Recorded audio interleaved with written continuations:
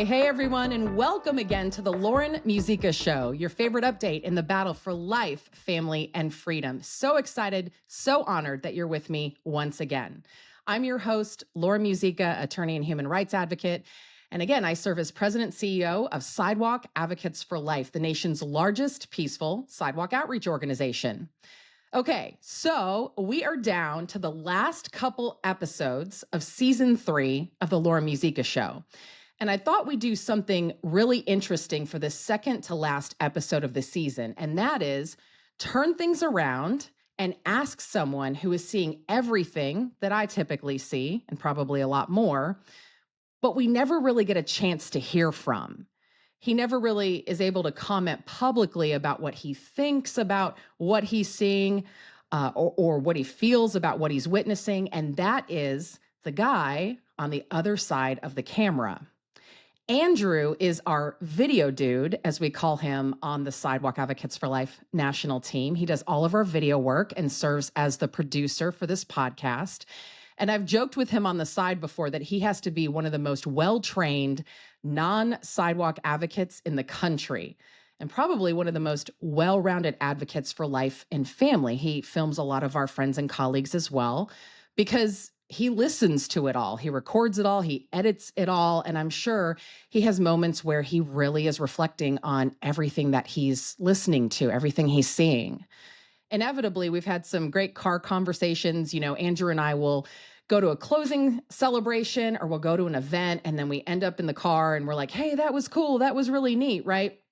And then our team discusses editing with him, of course, but I've never really sat down with him and unpacked personally what it's been like all these years to be on the other side of the camera. You know, what did Andrew think was cool? What bothered him? What inspired him? And then what did he wrestle with maybe in prayer? So I thought we'd have some fun. In fact, when I told my team we were going to do this episode, they were so excited because now we get to ask Video Dude his thoughts on filming not only us at Sidewalk Advocates for Life, but again, many of our friends and colleagues throughout the movement. Now, full disclosure, Andrew is a Catholic Christian, so of course he has a paradigm or a lens through which he views the world. But I've always found him to be somebody very much who's up for discussion and tossing things around. So I know that whatever POV you're coming from, you're going to enjoy hearing from him. So let me go ahead and introduce Video Dude. Andrew Sciba is a devoted husband and father of 7 who believes in the unique power of film to reveal profound truths about faith, morality, and sacrifice. Since 2015, he has led a successful video production company, leveraging deep creative and managerial experience to guide projects from concept to completion. Grounded in a commitment to meaningful storytelling, he collaborates with filmmakers and industry professionals to responsibly use film as a medium for inspiration and transformation. Wow, what a great bio. Let's welcome to the program our video dude, Andrew Sciba. Hey, Andrew. Hey, how's it going, Lauren? Good. How are you? I'm all right. Good. So fun. It's so fun to turn this around and get your thoughts here as we get ready to wrap up another season of the podcast. Oh, yeah. Okay, so let's go ahead and back up for a second. I would love to hear from you how you got into video production work, because you weren't always a video dude. I know at one point you took a leap of faith, you and your wife, and said, let's go ahead and give this a try. So love to hear how that's been, how that's going, and what it's like to change careers midlife. Yeah. So I actually kind of have been a video guy for most of my life, you know, using a borrowed VHS video camera from my uncle, you know, sitting down and doing news shows, you know, which sort of like morphed into stealing jokes from, you know, Jay Leno and Saturday Night Live. And when I was still probably too young to be watching that, but whatever. And so, you know, my sister and I, we made home movies, you know, about the dogs, you know, growing up really big with aliens and stuff like that. And so wait a second. You said you made home videos about aliens and dogs growing up? Yeah. So we made a classic called The Dog That Got Really Big. Oh. Eclipsed only by the sequel, The Dog That Got Really Big 2. And so the dogs were like abducted by aliens, and then we would just kind of make them look like enormous dogs. And we'd get little paper skyscrapers and stuff like that, and put dog treats behind the skyscrapers. And so the dogs Oh, would come and like eat the people and we would scream and stuff like that. And that's awesome. anyway, it was something I've always loved doing. Yeah. Um, but I honestly, when I was thinking about college, when I was in high school, I kind of thought, um, if I wanted to pursue it as a career, I'd probably have to move to Los Angeles. And I Hmm. just kind of was like, I don't want to move to Los Angeles. I grew up in Plano, Texas, in the Dallas area. Yeah. And I had a really active youth group that Mm. sort of bleeding into the idea of knowing Peter. I'd known Peter uh, his whole life because I'm older than he is. He was Mm. next door to me growing up, and but we had this really active youth group, and I was really growing in my relationship with God, and um, ended up going for a degree in youth ministry and theology at Benedictine College. And so, I after graduation from college, I did that for a few years, worked in a few churches. I ended up teaching theology at a private school for 6 years, which was fantastic. I loved it. Um, and then moved into the commercial insurance industry, which is sort of like this really hard pivot, but seemed like a good idea at the time. Hmm. Anyway, I just kind of found myself needing to just to be creative in some sense, and Yeah. uh, there's not a lot of creativity there. So, I sort of invested in a camera. I invested in a laptop that could edit videos and just I don't know, just little like lights and like really cheap microphones and stuff like that. Lights from Home Depot, all sorts of like Hmm. PVC. I used so much PVC at the beginning there, just as light stands um, and just sort of figured out my own way to Hmm. create a video setup. And I just kind of volunteered to produce, I wouldn't even call it producing at the time, but to produce a video for a local pregnancy care center Hmm. and pregnancy resource center. And I just kind of thought, like, I remember it was just this watershed moment. I'm sitting there at night after work editing this video, and there was I forget the technical term, woman who does sonograms, and she was Sonographer. talking, a sonographer. She was there Not. was another term that she used. I don't remember Okay. exactly what Fair. that was, Fair. but sonographer, yes, that's yeah. But she was talking about how she had helped a woman who was sort of an at-risk pregnancy, and Mm. how it had been very moving for her. And I, sort of got that piece of the interview and I placed it right towards the end, and I had the music swell up at the end, and I was like, and I got choked up while I Oh. was editing. And I was just like, this is what I want to do. Like, this is just, this is it. I really don't think I've ever gotten choked up working before. Especially in Uh, insurance. yeah, definitely not in insurance. I know. You Right. get choked up for a different reason. It's like, get me out of here. So, oh So man. anyway, it was just this moment of like, Mm. what is happening? Like, this is fantastic. And I just sort of gave them the video.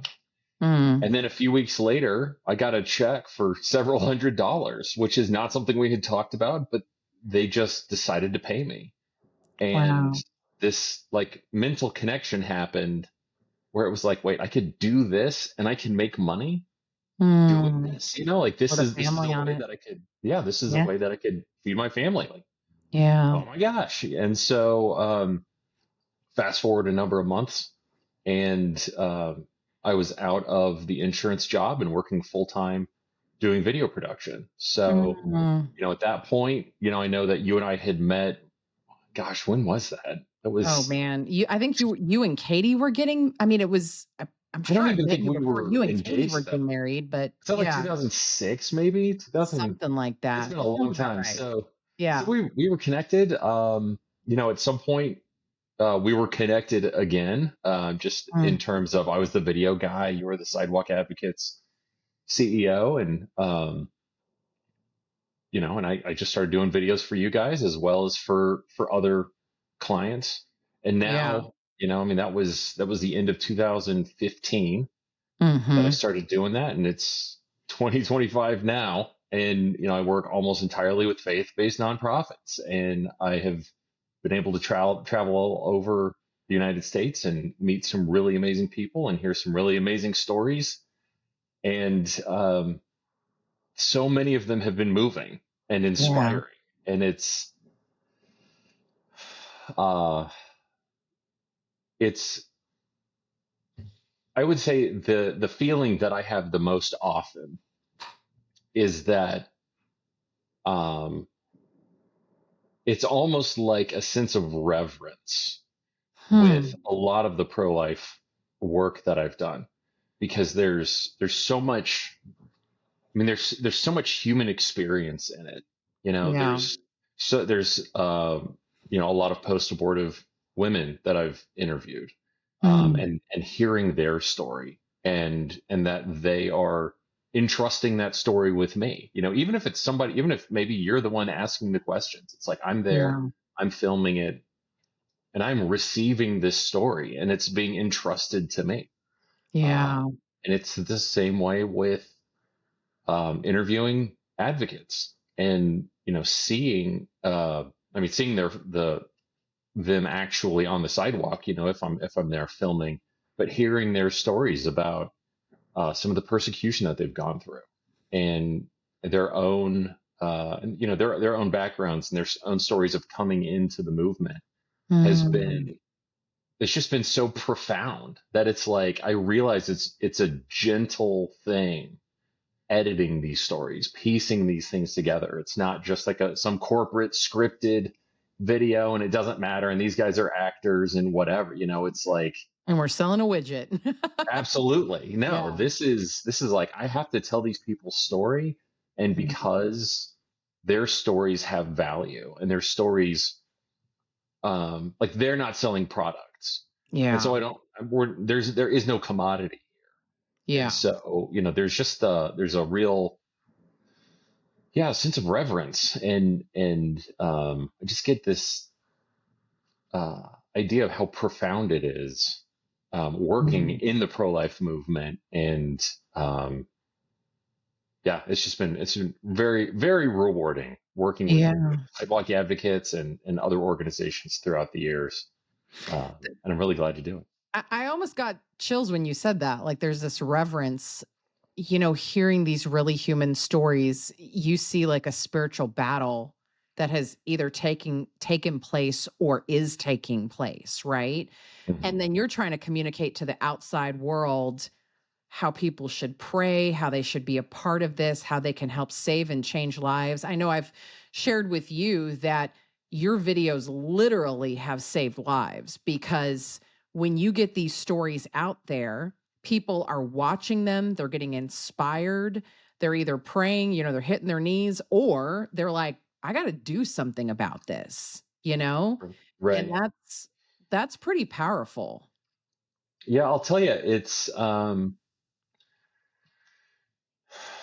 I mean, I've done, we did the training video a number of years ago, and I know that goes out to, I guess, to all the advocates. I mean, that's just sort of a standard thing.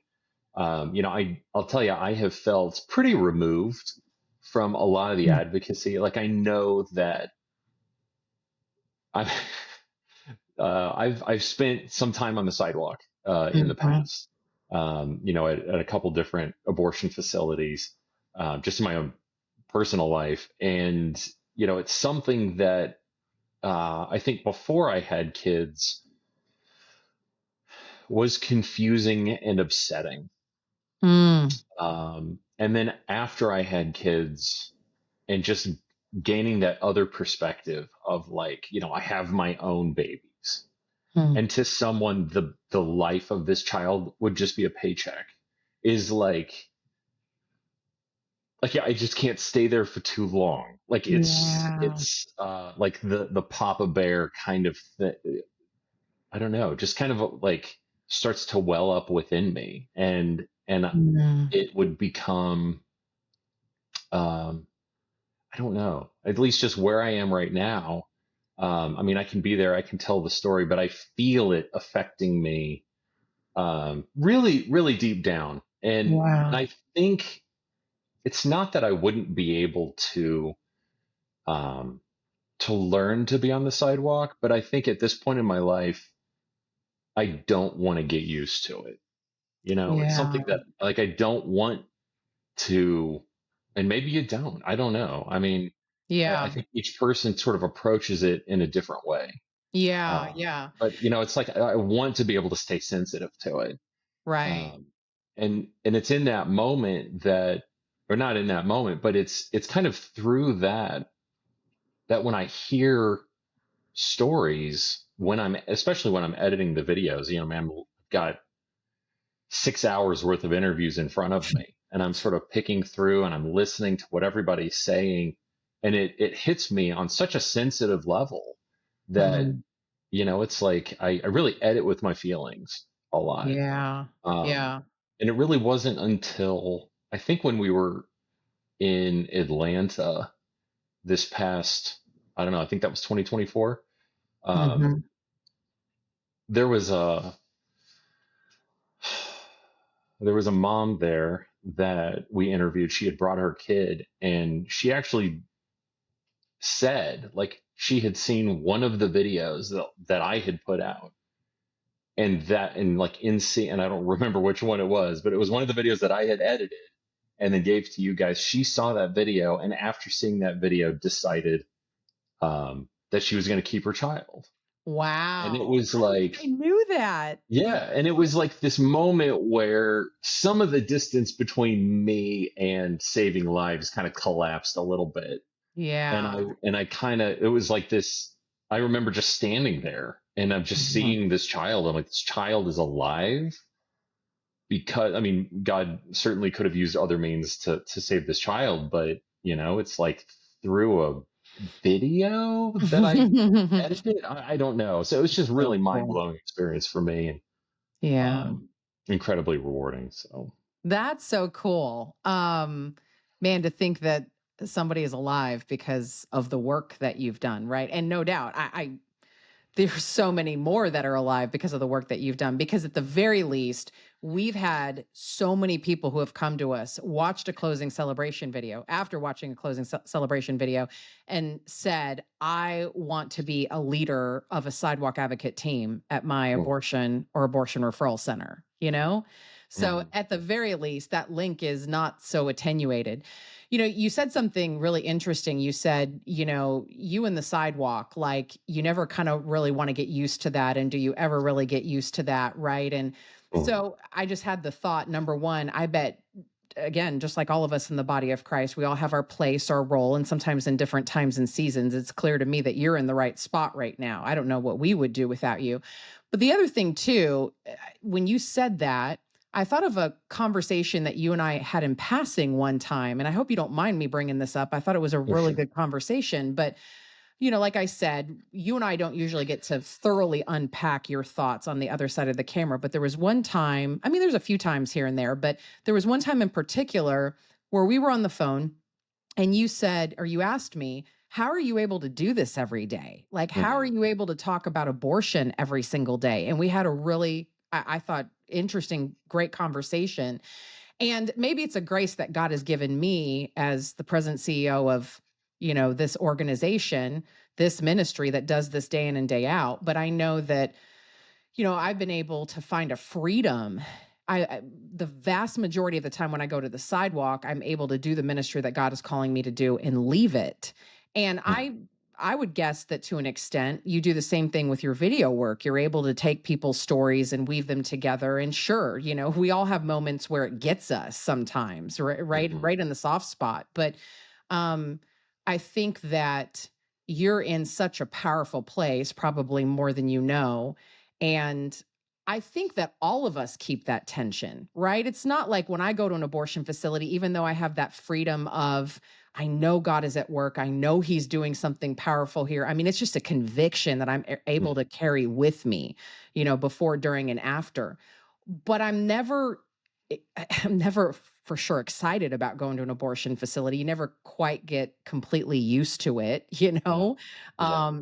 but there's also a peace there too. I'm sure that Yeah. you even experience. But you've shared with me too that you've had highs and lows in doing this, just like we all do sometimes on the sidewalk or in ministry. I mean, really, you're in ministry in a special way. So frame that out for me. Like, give me one of like your favorite moments. Like, you filmed this, you were on top of the mountain. This is so cool.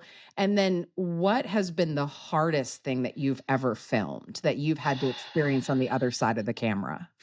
Okay. So one of my favorite, I guess, memories of projects, one of the highs was, I think, the first project that we did at the March for Life. Hmm. Um, you had called me up and said, "Hey, we're going to the March for Life in like 2 days. I've got this wild and crazy idea. Um, can you come out and film it?" And so you and I walked around the Pro Life Expo. This is prior to 2020, and I don't even remember the year. Was that 2017, maybe something like that? Hmm. 2018? Yeah, it's definitely before COVID. Yeah. Yeah. So I mean, but you and I just walked around the Pro Life Expo and just interviewed everybody. Yeah. And it was fun. Not only just talking to everybody and filming, but to even just see how broad the pro life movement is and how many different areas of focus exist. Whether that's, yeah, obviously Sidewalk Advocates, and then there were none. Um, and many others. uh, but yeah, it was an exciting moment for me to see how broad it is. And then, being able to be at the March for Life, filming that whole experience, ending in front of the Supreme Court building, and getting everybody's reactions. It was exciting. And then being able to carry the excitement of filming into the edit and being able to do something, really, really creative and just kind of at the onset of Sidewalk Advocates, really doing a big kickoff into the video, into sort of Hmm. the video production stratosphere, I suppose. Yeah. Um, I would say probably one of the low points uh, was the video that we actually just recorded in Boulder, Colorado. Yeah. It's just, I've been on, a closed abortion facility tour of the United States, making these videos. Yeah. But just being in Boulder, which is a beautiful place, Yeah. but being Gorgeous. there at, in Warren Hearn's, right in front of his facility that he had opened on like January 20th, 1973. Like, it was like in anticipation of Roe versus Wade, which is kind of crazy. Um, Hmm. and uh, you know, he did 44,000 abortions there, late term abortions there, and just how difficult it was being at that facility. And then also, what's evident in the video is I mean, at some point there's a cross. It's sort of Jesus, it's sort of the resurrected Jesus, um, with a cross behind him. And then there's a neighboring clip in the video that's a plaque, and it says something along the lines of, under this cross lie the remains of babies aborted, um, and that they are now resting in the Father's arms, or something along those lines. Yeah. Uh, and it was, I mean, for me, hearing the story of what had happened, the morgue called the parish and said, "We have 5,500 bodies of Hmm. aborted children here, and our workers are starting to freak out, and we don't know what to do with these." And the parish is like, "We'll take them." And so the babies were cremated and then buried, sort of entombed in the sort of the platform underneath this cross. And while, yes, we look at Christ and the redemption that he offers, and the salvation that he offers in gives to all those who believe in him, right? Yeah. Um, and who are called according to his purpose, and all of the hope from the Gospels.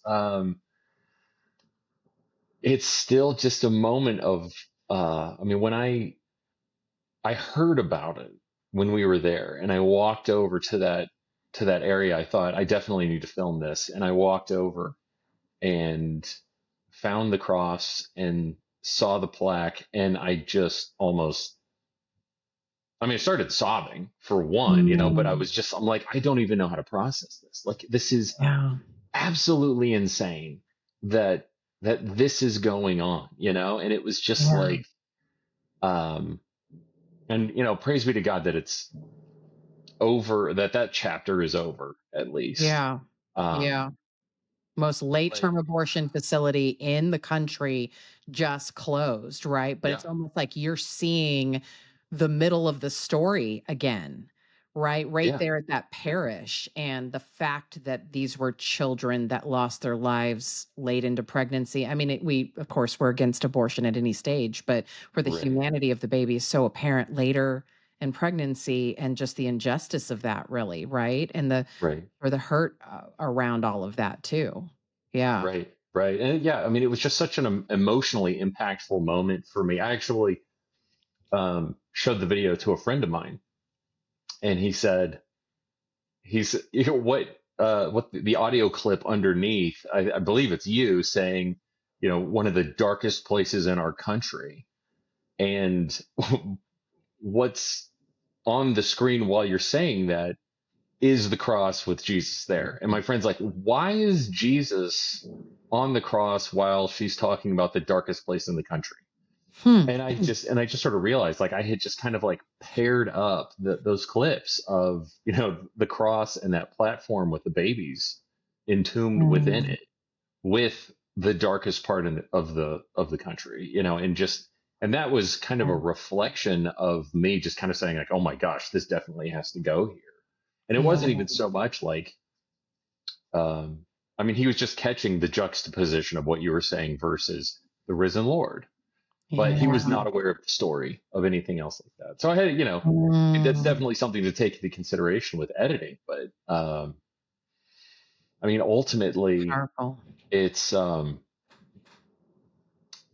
some of the projects can be really challenging to get through. And Yeah. and hearing and kind of reliving some of the stories and the interviews. But I just kind of Mhm. continue to pray and surrender that to God. And um, Mm. I don't know. I mean, Yeah. obviously John 3:16, everybody loves John 3:16. It's a great verse. Um, John 3:17 has always really stood out to me. It's that God did not send his son into the world to condemn the world, but that the world through him might be saved. Ooh, that's so good. And Yeah, it's just that just like, hit me in a certain way. I was just thinking about something, and that just, yeah, right? Like, he didn't come to y- belittle us, chastise us, tell us why we're wrong constantly. He came to redeem us and transform us and give us so much more than sometimes we give right. ourselves. And you think about the women that were lied to hand their Mhm. babies over, that in order to have the life that they wanted, and maybe relentless pressure from a partner or a family member, um these women that thought there's no way I can handle a child with special needs. And you hear about these medical professionals that sometimes even lock the door in the middle of the anatomy scan when they get bad news about how their Mhm. baby's developing, and they say, yeah, you can't leave here until you schedule an abortion, right? I mean, I know you've heard all those stories. Yeah. And Oh yeah. yeah. And but you've even highlighted something that I know we've talked about, and we talk about here at Sidewalk Advocates for Life, is that ironically, the stories you're telling are not the end of the story, you know? Mhm. That's the good news about all of this. And it's really forward thinking. The other thing I appreciate that you do, Andrew, too, is like, we name the problem. We don't shy away from saying, hey, this is what is really going on here. But we also don't shy away from giving people the hope that we have in Christ. Because Mhm. the truth of the matter is that every abortion, every sin, every weight that we carry as human beings can be taken to the cross and transformed, you know? And Hmm. you and I get to see the resurrection with all of that. Sometimes we're in the middle of the story and the story's not done and it can be tough, right? But Right. the good news is we're pointing them to something that inevitably will come if they do not give up, right? Absolutely. And, I mean, through not just the videos that I've produced, but also just meeting other people, whether that's, Abby Johnson or I mean, Mm, honestly, like anyone else, particularly former abortion workers. I know that seeing, and even in the context of current abortion workers, seeing the that was a real struggling point for me before I started doing pro-life work. yeah. And just kind of not thinking, and honestly, this is even before I found John 3:17, where I was just like, how can you not condemn these? Yeah. But I think at the same time, I had not come face to face with my own need to be saved. Mm, Like I thought, ooh, oh, I can just say enough prayers and be a good enough person and do enough jumping jacks or whatever, yeah. and I can be saved. But it's like through Christ we are saved. God sent him not to condemn the world. If he's not condemning the world, I certainly can't condemn it. Yeah. And Yeah. I need to be saved the same way that anyone else needs to be saved. Whether that's, the abortionist on down to, I mean, the smallest of people. It's like Jesus needs to save all of us. And Yeah. so like I can just pray for myself, pray for my family, pray for you, pray for anyone else that I meet on the street, the abortionists, the abortion workers, because I mean we are all on our path towards God, Mm, and hopefully we're all going to start listening at some point in our paths and start following Him, and there's so much time for conversion, yeah. and and no time for condemnation. You can Yeah. look at what somebody's doing and, sort of be, just kind of say, this isn't right. I'm going to go out and I'm going to stand on the sidewalk and pray. And we are in opposition to the escorts that are out there, but ultimately Christ wants to save them too. Yeah. And, so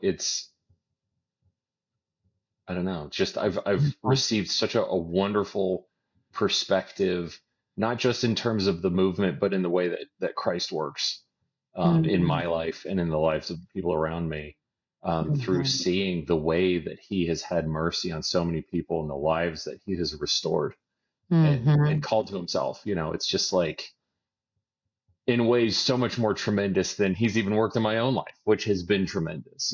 But mm, so I'm really thankful for mhm. the stories that I've been able to hear and the people that I've been able to meet, and stories I've been able to tell, through Sidewalk Advocates. That's so good. Revelation, uh, in Revelation, there's a verse that says they conquered him, meaning the evil one, by the blood of the Lamb and the word of their testimony. And I've Mhm. often thought, how can Planned Parenthood and the abortion industry argue with very real human story? I think that that is going to be a Mhm. key to completely changing culture. And I hope that we continue to have the budget and an even bigger budget to tell more of these stories because, like you've highlighted, they're so profound. It's why I have such hope. I can go through, just like anybody else, tough things in my life, walk through a trial or whatever. But so much brings me back to what I witness on the sidewalk that if I can be friends with somebody, and I'm not saying this from any point of pride. I'm just saying, like, this is the lion and the lamb laying down together, right? We have a believer who, maybe hasn't participated in abortion or whatever it is. And they're really good friends now with somebody who managed an abortion facility and under her watch committed 22,000 abortions. That's former Planned Parenthood director Abby Johnson. I used to stand outside of her abortion facility praying and reaching out, right? And now she's a dear friend. And these stories are all over the place, but the other thing that you highlighted that's so profound, Andrew, and that I really hope everybody hears, because again, many people who have been pro-life all their lives and grown up in Christian homes, they're like, oh, how could anybody do that? How could anybody work for the abortion industry? And usually what I've found is that sometimes when you initially say that, you're not realizing just how much God has saved you from Mhm. yourself and from your own sin, right? And how it's just as ugly as any other sin. And um, it's been beautiful to see the transformation, especially, for example, with abortion workers, people who were in this super dark industry. I mean, I know a worker who worked alongside Kermit Gosnell, you know, the House of Mhm. Horrors in Pennsylvania, one of the darkest abortion facilities. They delivered babies and killed them after birth, too, you know. And again, it's bad at Mhm. any stage, but the humanity of the child is so much more apparent. And you know, she even went to prison for 2 years. And I still remember the day that Roe v. Wade was overturned. We're at the pro-life women's conference, and she's standing on stage singing Amazing Grace. And these Mhm. abortion workers have helped me so much grow and realize the power of grace and realize the ugliness of my own sin and what God has saved me from. So, and it even hit me at one point, like, we have to be so careful. We have to be so careful to say that, oh my gosh, you know, yeah, I grew up in this Christian home and I've never participated with abortion in any way. And, you know, we put ourselves on this pedestal sometimes and say, oh, I would never do that. You know, everybody does it, right? Everybody does it to an Mhm. extent with one sin or another. But at the end of the day, these stories, these real human stories have, I know, helped to transform me and so many other people. So Mhm. it's powerful. Mhm. Um, we've got just a few minutes here. I would love to hear from you the most useful thing that you learned while you were filming, like you didn't know before, but you were like, that is so good. You know, like it could be anything, the most mundane thing or something profound. I don't know. But what did you learn where you were like, that is, everybody needs to know this, you know? Um, do you mean just like in terms of filming, or that has been revealed to me through the interviewee? Either.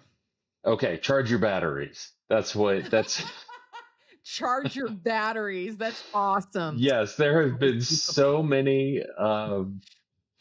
so many moments in the middle of the night, 2:45 a.m. typically, something like that, where I'm just like, I gotta charge my batteries, and it's like, I'll be in, what are Timbuktu, USA, and Mhm. I'm like gonna meet everybody to film first thing in the morning, and I wake up and realize I haven't charged the battery, so I got to charge all the batteries. Um, so I mean, that's definitely it. I think probably this is somewhat related. One of the most profound things that has affected my life, I guess it's pretty simple. I was interviewing somebody and we were talking about kids, and I've got 7 kids, two in heaven, 5 upstairs, literally upstairs, like right here. Um, and uh, I was really stressing out about trying to like convey the faith to them and help them to be faithful, and to grow up and to not go astray. I'm trying to train them up in the way that they should live. And um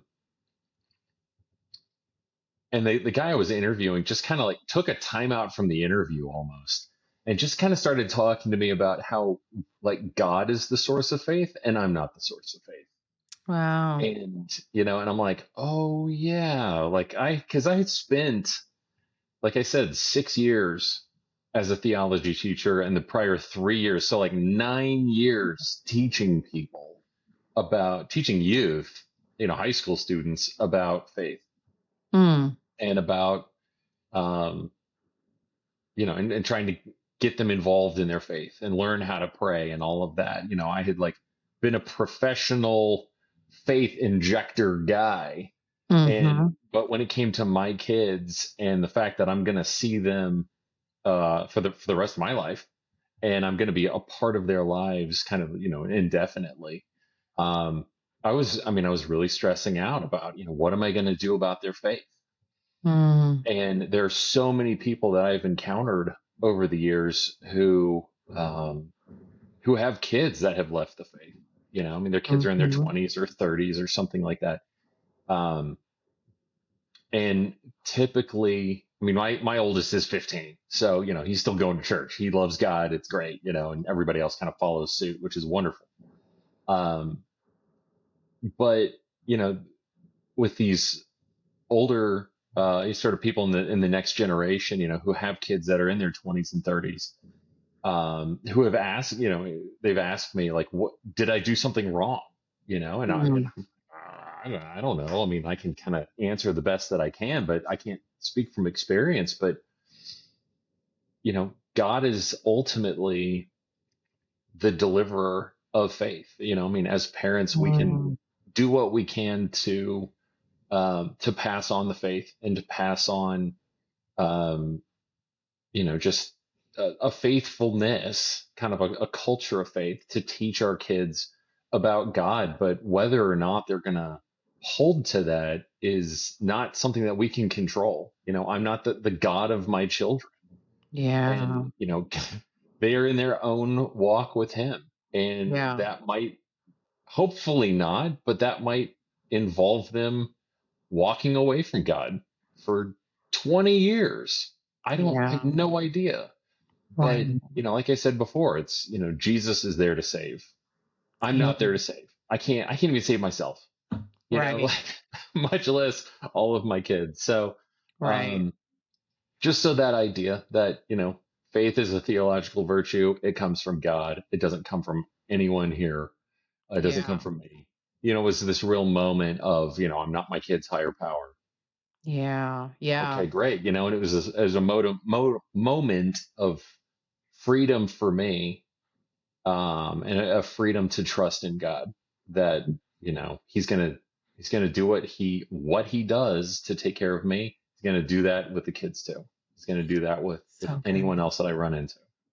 I heard something today. I've heard it before, but I heard it again. It said that, it's our job to plant seeds with people in our lives, their Hmm. kids, our spouses, our friends, our family, whoever, right? Acquaintances, people, passersby. It's our job to plant seeds. It's the Holy Spirit's job to convict, right? And we're Yeah. not in control of that. And I know that I've learned that in the best way on the sidewalk because it's hard Hmm. sometimes to plant seeds with a woman, invite her, you do everything you can to offer help, you do everything that you can to offer hope, but she has to say yes to it. And it's the Hmm. same, I would say, problem that God has even saddled himself with, which is that he allows us to respond in freedom. And Hmm. I'm not so good at remembering that sometimes. I'm Right. not the savior he is, right? I think we're all learning that to one extent or another still. Yeah. So it's Yeah. so Well, I'll good. tell you, planting seeds. I mean, what comes to my mind, and I wish that there was, I don't know, maybe Sidewalk Advocates will do like a, big anthology piece with like tons and tons of interviews. But I mean, there's something that I'm pretty sure has not made it into a video, but an advocate, I think this was in Atlanta. I Mm, don't know. It might have been Charlotte. I don't, whatever. It was some wonderful advocate was, um, telling a story of, it wasn't even like a save that they had. It was, mm, they had been out there every day for years and years. And then there was a woman, a young lady who had gotten pregnant, and she was like 18 or something like that. And she went to her mom and said, "Mom, I'm pregnant." And her mom mm. said, "I know exactly where to go." And so she drove outside of the abortion facility to connect to the sidewalk advocates who were out there, because she Wow. just knew that the advocates had resources and they would know what to do. Yeah. And, Mm, so it was not someone who was even contemplating abortion, but it was like, we know where to mhm. go here, and so like, so the advocates being out there are planting seeds. And it's not even necessarily like, with the people going into the facility, but it's the people sometimes in the traffic, like passing by every single day, Yeah. uh, that they realize, oh, there are resources out here. If no one's standing in front of the facility, kind of like advertising resources, then, all sorts of people who might be contacting the PRCs otherwise would just sort of be like, well, I guess there's no option, so we'll have to go, get an abortion or something like that. It could be a Yeah. much worse outcome, but there are all kinds of seeds constantly being planted by the advocates, and those are the people that I am, I guess, that I admire the most. I mean, I've Mm. seen, if I can kind of like keep going here, there was, we did a video on the group in Charlotte, and part of that video, for better or for worse, the escorts had been very active on TikTok, and they had been posting all of these videos of the ways that they had been abusing. And I would just call it abuse. I mean, they didn't touch them, but all the different ways that they thought was hilarious that they had been abusing the sidewalk advocates.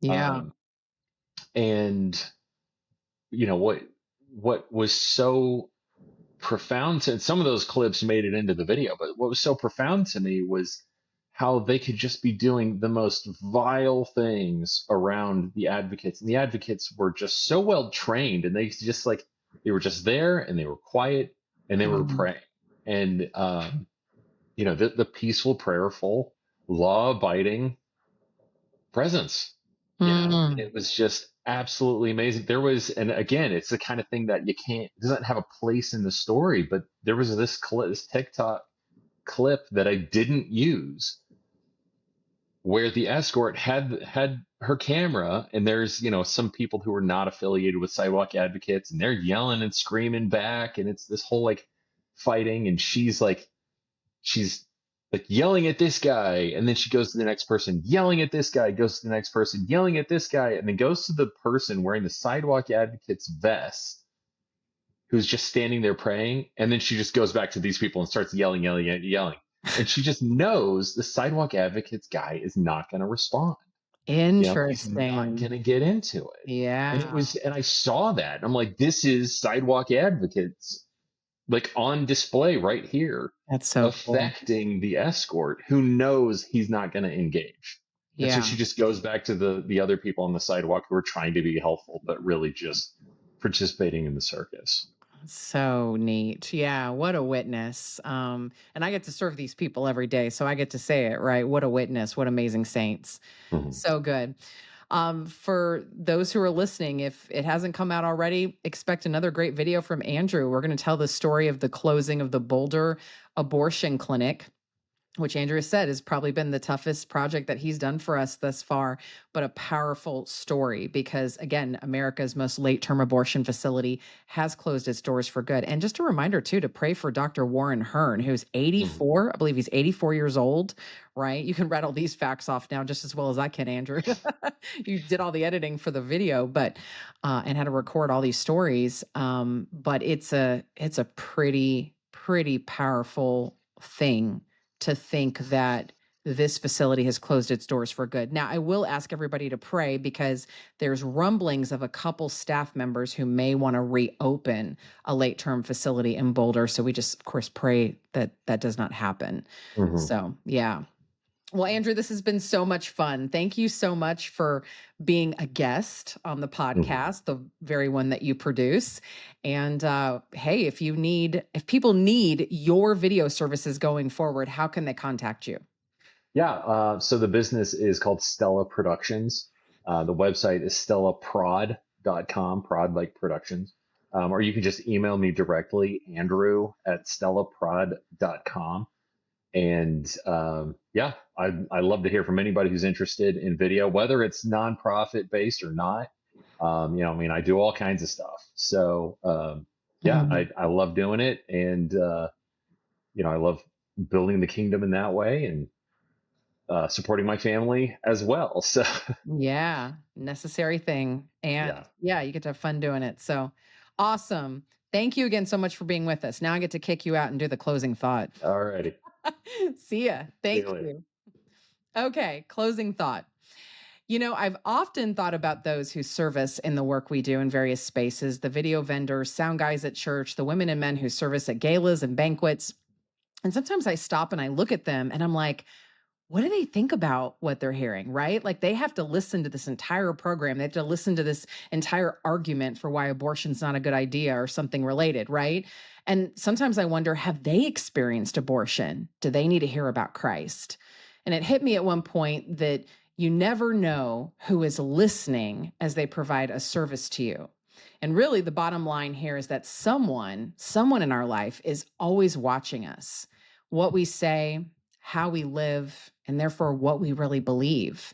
So my question to you is, if someone is watching you, they're maybe watching a little bit of a life in review, and you never tell them maybe that you're a believer, is there enough evidence to convict you? As a world in need watches you, are you someone that they are inspired to keep watching? It's really something to think about and something that haunts me as well. All right. Well, thank you again so much, everyone, for joining me for another episode of the Laura Musica Show. We'll be back here next Friday at 9 a.m. Eastern, 8 a.m. Central on Facebook, YouTube, and wherever you get podcasts. Thanks so much, everybody.